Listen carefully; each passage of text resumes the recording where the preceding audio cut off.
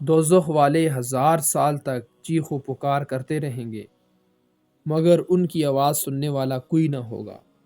آخر خود ہی ایک دوسرے سے کہیں گے ہم دنیا میں صبر کیا کرتے تھے تو مشکل آسان ہو جاتی تھی۔ پھر وہ یہ کہتے ہوئے سواء علینا جزعنا ام صبرنا ما لنا من محیص، برابر ہے ہم روئیں دھوئیں یا صبر کر لیں، ہمارا چھٹکارا نہیں ہو سکتا۔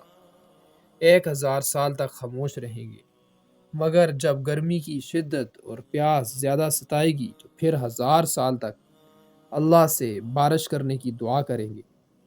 اب اللہ تعالیٰ جبرائیل سے پوچھے گا یہ کیا چاہتے ہیں؟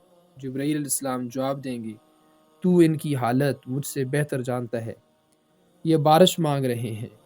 اس کے بعد ایک سرخ بادل ان پر چھا جائے گا، وہ سمجھیں گے اب پانی برسے گا، لیکن بادل سے اتنے بڑے بڑے بچھو گریں گے جتنا بڑا خچر ہوتا ہے، وہ انہیں ڈنگ ماریں گے تو 1000 سال تک اس کی تکلیف کم نہ ہوگی۔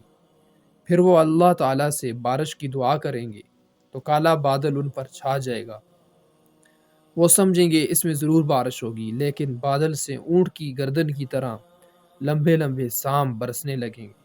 وہ جہنمیوں کو ڈسیں گے اور ان کے ڈسنے سے جو تکلیف ہوگی وہ 1000 سال سے پہلے ختم نہ ہوگی۔ یہی مطلب ہے قرآن کریم کی اس آیت کا زدناہم عذابا فوق العذاب بما کانوا یفسدون، ہم ان کے فساد اور سرکشی کے مطابق ان کا عذاب بڑھاتے جائیں گے۔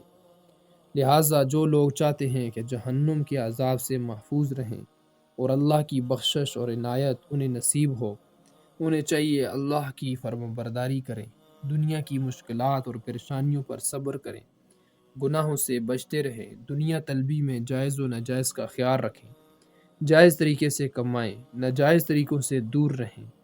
یہاں کی مشکلات اور پریشانیاں برداشت کرنے کا ثمر یعنی جو پھل ہے وہ جنت ہے۔